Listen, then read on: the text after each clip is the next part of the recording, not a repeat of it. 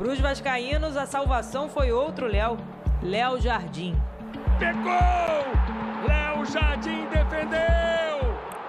Vasco e Flamengo. O primeiro clássico do futebol carioca no ano. O primeiro do Maracanã na temporada. Vai ter sucesso hoje? Ih, muita coisa. Dela Cruz, gol do Dela Cruz hoje. 3-0 mesmo. De Santa Catarina pra cá, 20 horas de busão pra assistir o Vasco, viu? Vai valer a pena! Vai valer! Ei, 2-0, gol do Paiê e do Vegete. Tem vezes que um clássico pode ser meio ingrato com os torcedores mesmo. A chuva deixou o gramado com poças antes do jogo. Tem que jogar contra o rival e contra o gramado. É muito difícil. E a partida começou com chances fracas dos dois lados. Muitas faltas paravam o jogo constantemente. Cebolinha tentou encobrir o Léo Jardim, sem sucesso. E o Flamengo perdeu a chance de fazer 1-0 com o Fabrício Bruno. Subiu alto, subiu sozinho e cabeceou sobre o gol do Vasco. E aí o Vasco chegou mais perto de marcar. Se não fosse o Léo Pereira... Consegue o cruzamento, Berrete! Quase! Sensacional, Léo Pereira, impressionante! O Flamengo voltou para o segundo tempo com o segundo uniforme, o branco. O time ia para o ataque. Léo Pereira tentou lá na frente. Primeira trave, Léo Pereira girou com estilo, girou bonito! Sobre o gol de Léo Jardim. E o zagueiro teve que salvar o Flamengo mais uma vez lá atrás, 2 vezes. Tem Piton na sobra, David espera. O cruzamento pro Berrete, passa pelo Rossi, Berrete! Não entrou, Berrete! Que lance incrível! Inacreditável, a bola não entrou! Não entrou! O Vasco perde uma chance impressionante, Berrete, a bola não entrou! No Flamengo, o Gabigol entrou no lugar do Pedro. O atacante finalizou por cima do gol do Léo Jardim. Aquele 0-0 sem graça ia ganhando força no Maraca. E aos 40 do segundo tempo, o árbitro marcou pênalti de João Vitor em cima de Arrascaeta. Pênalti! É pênalti pro Flamengo, pênalti em Arrascaeta! Gabigol frente a frente com o gol. Prestes a fazer algo que ele costuma fazer muito bem. Gabriel batendo pênalti pro Flamengo, pegou! Léo Jardim defendeu! Voou no cantinho e pegou, defende o goleiro do Vasco, Léo Jardim! Do pênalti também poderia ter batido um pouquinho mais forte, mas creio eu que foi um lance que ele pôde fazer muito bem. Vasco 0, Flamengo 0. Nenhum gol no primeiro clássico do futebol carioca em 2024. O Flamengo volta a jogar aqui no Maracanã quarta-feira contra o Botafogo. O Vasco deixou o estádio aplaudido pela torcida. Quinta-feira enfrenta o Audax em Manaus. Esse foi o terceiro jogo seguido do time vascaíno sem vencer no campeonato estadual. A gente ainda tem alguns jogos pela frente, continuar trabalhando, focado, que as coisas vão melhorar. Na entrevista coletiva, o auxiliar Emiliano Dias disse que o atacante Verratti está jogando com uma costela fissurada. Pablo va a parar y está haciendo un esfuerzo inhumano por el líder que él es y por el comprometimiento que él tiene con Vasco. Está sufriendo mucho. Entonces acho que Pablo no se lo puede evaluar porque está jugando un 30% de lo que él puede jugar. Pro Tite, nada de se alarmar com esse 0-0. Sabe, a gente é imediatista no futebol e tem que ter paciência, não adianta. E para aquele pessoal que veio de longe, fica a experiência. Tem dias em que a maior alegria é um gol perdido pelo rival.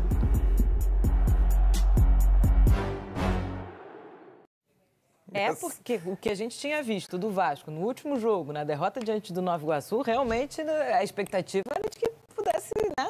Estava indo mal, muito mal. Então ficar num empate, disputar bem um clássico como foi a disputa desse, realmente para o torcedor as duas melhores chances de bola rolando foram do Vasco. Léo Pereira tirou. Tem o gol do Léo Pereira, né? O Léo Pereira salvou 2 vezes, a bola bateu na trave. As melhores de um jogo muito disputado, um jogo que ficou no 0-0. Alguns lances um pouco mais duros, depois o jogo foi se acertando, mas alguns lances um pouco mais duros. Primeiro, precisamos falar sobre a falta de organização. Não dá para Vasco jogar de preto, Flamengo jogar de rubro-negro. Especialmente com essa camisa. Tradicionalmente se joga Vasco de branco e Flamengo de rubro-negro. Mas é direito do Vasco escolher a camisa. O Vasco tem usado essa terceira camisa, que aliás é muito bonita. Eu não gosto muito de terceira camisa, vocês sabem, mas essa é bonita e representativa. Nossa. Eu acho que essa e a do Palmeiras são as mais bonitas do Brasil hoje. Essa é bonita e representativa, não foge da história, não foge da tradição, não foge das cores. Maravilhoso. E a escolha do Vasco. Então o Flamengo já tinha que ter escolhido o uniforme branco desde o primeiro tempo. E mais do que isso, é a arbitragem que não pode permitir que os dois times entrem. Wagner do Magalhães, meu Deus do céu. Meu Deus do céu. A gente falava do Braulio Machado lá no Mineirão, mas ontem os dois deram um show de horror na arbitragem. O árbitro não consegue ter essa percepção de que os uniformes estão conflitantes. Que percepção que ele vai ter durante o jogo, né? Que percepção que ele vai ter que o Léo Jardim deu uma adiantadinha? Isso aí também... isso aí era mais pro VAR, eu acho. Exatamente. Viu, Luiz? Eu só quis aproveitar o gancho. Tem uma cotoveladinha ali, foi uma arbitragem ruim. Só que o Vasco se elevou e o Flamengo foi abaixo do que se espera. E isso fez com que o jogo fosse mais pró-Vasco do que pro Flamengo. Só que no final, o Flamengo teve a grande chance do jogo.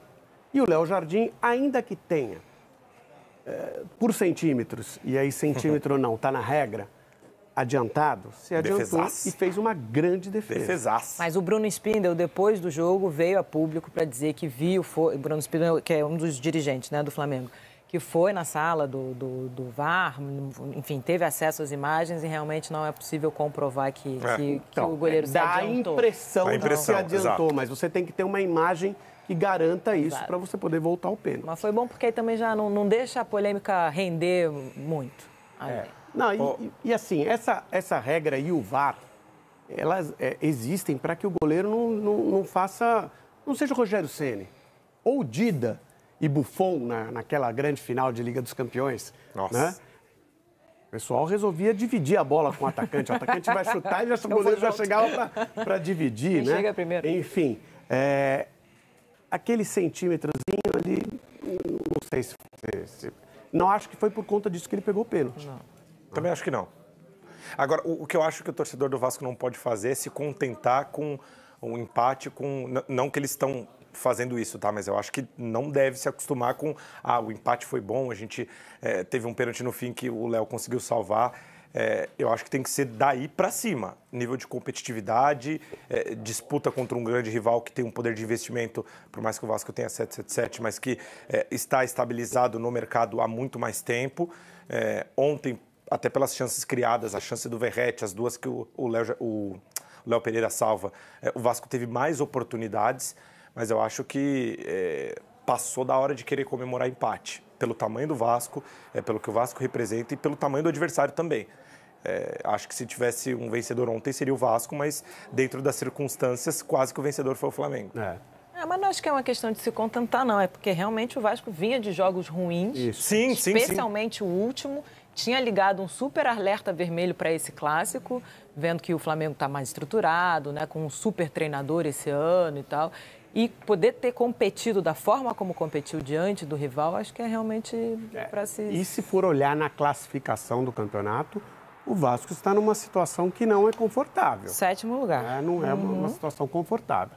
Então, é um jogo para crescer na competição, até porque tem jogos mais fáceis a partir de agora e tem toda a condição de se classificar. Precisa aproveitar esse bom jogo que fez para crescer na competição. E chamou bastante atenção, a gente está vendo um lance com o Verratti, inclusive ele acabou desperdiçando oportunidades importantes, e o Emiliano diz, né, fala que ele está machucado. Seriamente. Complicado, que é o homem de referência do Vasco, que já perdeu o Paulinho, né, para os próximos meses. Agora a gente saber que o centroavante está jogando no sacrifício, talvez em algum momento, não sei se precise ser afastado para poder fazer um tratamento mais sério com relação a isso, né? E é isso que você diz, Lofredo, num momento que o Vasco tem que aproveitar para poder justamente fazer resultado contra o Audax na próxima partida, que é o lanterna da competição. E poder sair dessa situação ruim. O problema é na costela, né, do Verratti. Uma fissura. Então ele deve ficar fora de algumas partidas. Até porque, por exemplo, contra o Audax está zerado no campeonato. 6 jogos, nenhum ponto. Tá? Então, a tendência é que o Vasco tenha um jogo mais tranquilo.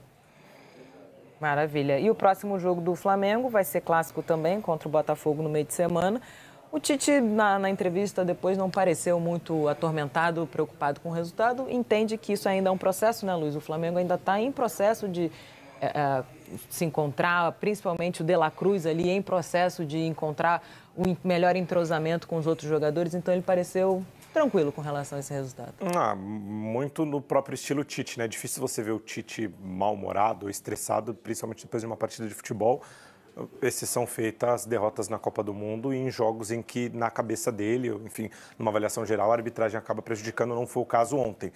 Mas, assim, também enxergo como o Tite que o Flamengo está passando ainda por um processo de evolução, principalmente pelas peças ótimas que ele tem, pedidas por ele, inclusive. Mas ontem, mais uma vez, eu tive uma sensação de que, desde o início do jogo, os jogadores passavam a impressão de que poderiam resolver o jogo a qualquer momento. Então, era muito toque de lado, era às vezes até um excesso de firula, contra um Vasco que estava muito competitivo, muito aguerrido, e você percebia que era muito influência do treinador, do Ramon, que queria essa intensidade, por mais que tecnicamente as peças tinham diferenças absurdas. Por mais que o Vasco tenha algumas lideranças técnicas, como o Verratti, como o Payet, como o Léo Jardim no gol, mas notava essa diferença. Então, eu acho que é mais um trabalho que o Tite precisa fazer também na cabeça desses jogadores. Por mais qualificado que o Flamengo seja, existe uma competitividade, um nível de equilíbrio quando a bola rola.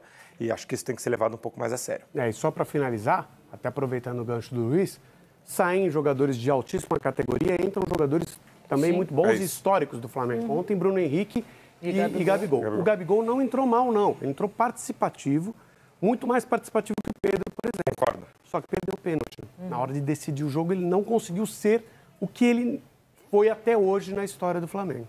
Gabigol, a gente já sabe que vem há algum tempo, né? Num momento não tão bom, já conseguiu marcar, né, para se livrar desse peso, mas ainda não está voando como em outros tempos. A novela Léo Ortiz caminha para chegar ao capítulo final nesta semana. A negociação do Flamengo para a contratação do zagueiro do Bragantino esteve estagnada nos primeiros dias de fevereiro e será retomada após o fechamento das principais janelas da Europa na semana passada. Uma nova reunião está prevista para acontecer com a diretoria rubro-negra e representantes do jogador entre segunda e terça-feira. A ideia é colocar um ponto final, seja com ou sem final feliz. Detentor dos direitos econômicos de Léo Ortiz, o Bragantino sempre teve a preferência de negociar o seu valorizado zagueiro para o exterior. Porém, entre os principais mercados para brasileiros na Europa, restam só janelas abertas na Turquia, até 0902, Rússia, até 2202, e Ucrânia, até 1203. E no mundo árabe com seus atrativos financeiros, a que ainda não fechou é dos Emirados Árabes, vai até 2102. Com o retorno do empresário de Ortiz, Paulo Pitombeira, ao Brasil, a expectativa é para um desfecho a respeito da venda ou continuidade do zagueiro no clube do interior paulista. Foi o agente quem conduziu as tratativas com o diretor executivo do Bragantino, Diego Serri, durante a passagem dos dirigentes rubro-negros Marcos Braz e Bruno Spindel pela Europa para fechar a contratação de Matias Vina. Inicialmente, a pedida por Léo Ortiz era na casa dos 12 milhões de euros, 64,1 milhões de reais. Em janeiro, foi reduzida para 10 milhões de euros, 53,4 milhões de reais, e depois, com o posicionamento do zagueiro a respeito de seus direitos, fala-se em concluir a transação por 8,5 milhões de euros, 45,4 milhões de reais. As negociações aconteceram até meados de janeiro tratando dos 100% dos direitos econômicos, mas, a partir de um determinado momento, Léo Ortiz formalizou que abriria mão dos 25% a que tem direito pelo acerto com o Flamengo. Foi quando o Bragantino aceitou flexibilizar os valores, se aproximando de um acordo com os cariocas. Na sua última oferta, o Flamengo formalizou uma nova proposta que se aproxima dos 8,5 milhões de euros. A diferença para o que o Bragantino quer era pequena, e a discussão se dava a respeito do formato.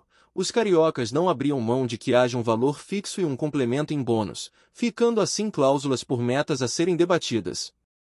O nome de Léo Ortiz foi um dos primeiros indicados por Tite no Flamengo, e a diretoria rubro-negra desde o primeiro momento se posicionou de que não mediria esforços para atendê-lo. A janela para contratações no Brasil vai até o dia 7 de março, mas o clube tem pressa porque caso a negociação não se concretize ainda terá tempo de buscar outra opção no mercado. Até porque a zaga, que já tinha perdido Rodrigo Caio na virada do ano, agora também ficou sem Pablo, emprestado ao Botafogo.